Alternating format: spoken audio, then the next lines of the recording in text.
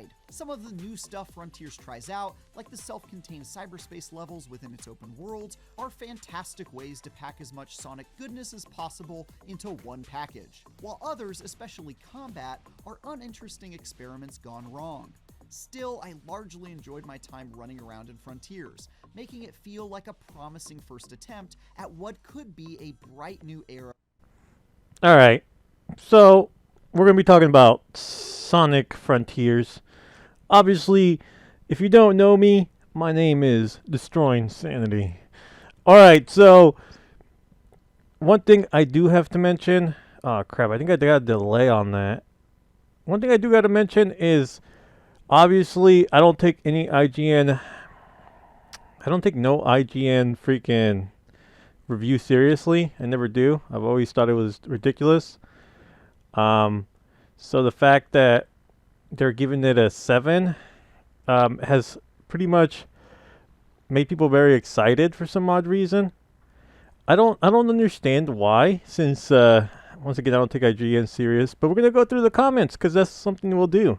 This person says, seeing a modern Sonic get a 7 out of 10 is a darn miracle. Okay, I guess. People are just being positive in the freaking comments. Still, 7 from IGN is a W. A small one, but it's still a W. That's ridiculous. That is just ridiculous. Okay, sure, whatever. Let's look at another comment. We're going to just read one more comment. If IGN gave this game a 7, it must be amazing. All right. Oh, okay. So, because they gave it a 7, it must be amazing. Okay. Let's go back in time. You guys want to go back in time? I think you guys do. So, let me just show you guys something right now. Several of its stages even have some good ideas and replayability, and there are a couple of surprisingly strong boss fights, but it doesn't build on its handful of good ideas much, and it screeches to a halt. Okay. Let's what's that say? What game am I showing? It's Sonic Forces. 6.9, a 0.1 away from 7. And Sonic Forces was freaking hated. Okay? Let's get this straight. Sonic Forces was hated, and it's not that far away from Sonic Frontiers review. Obviously, once again, I don't take IGN reviews very seriously, but people are like, oh my god, they got a 7 out of 10. That's wow. Well, freaking Forces pretty much got a 7 out of 10. If you round it out, it's still 7 out of 10.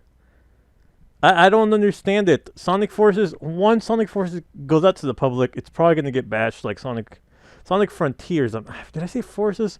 I don't know why they started with the F. Anyway, Sonic Frontiers, I'm 100% sure that you could beat the game in 2 hours and 30 minutes. I'm just going to say that right now. I'm sure you could beat the game in really short amount of time. And once people beat the Sonic Frontiers game, then people are going to be complaining about how short it is and blah, blah, blah. You're going to see people complain a lot in the Sonic community. So, what are we going to do? We're going to look at the comments. All right. Great job, IGN, for finally making a fair Sonic review. I have respect for this review. Unlike Sonic Lost World and especially Sonic Unleashed review, this guy's analyzed everything about the game. It looked from both sides, both good and the cons without, it's supposed to be cons, he put coins, but without being biased. This review is fair, and I am inclined to play Sonic Forces despite how it appears and not the best Sonic game out there. Alright, yeah, you know, he's happy about it because IGN gave a good review. 6.9 is not bad. I would have gave it a 7. I think Forces is pretty fun. I think this guy's already played it. Keep in mind, everyone in the Sonic Frontiers video have not played it because the game is going to drop tomorrow or midnight. So, yeah, pretty much. Let's go to the next one. This is a great review. I cannot lie. I agree 100%. So everyone's being positive. This guy goes, damn, IGN, that was a solid review. So what I'm trying to get at is I'm going to try to tell you guys something is Sonic fanbase is just really weird. The reason why Sonic Forces failed a lot, like not failed, it did pretty good in sales, I believe, but the reason it failed like to capture a bunch of people's positive reviews and stuff. Okay, the only reason this is the problem is that people that give bad reviews for Sonic Forces don't really play Sonic. They don't play Sonic at all.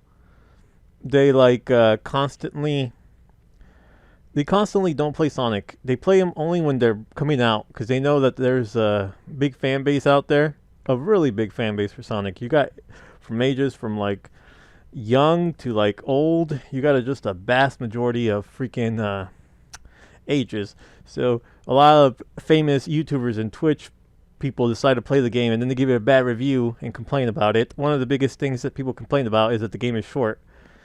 The game is short. Sonic Forces was short. You could beat the game like in 2 hours, 2 to 3 hours. In my opinion, is like, since when have Sonic games been long? If you actually been playing Sonic all your life, you would know that the games have never been that long. But whatever. Who am I to say? I'm just a small YouTuber that doesn't know anything. Right?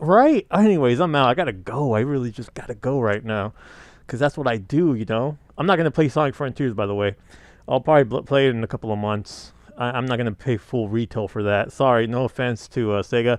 But I'm not a Sonic channel. Alright, I'm out. Peace.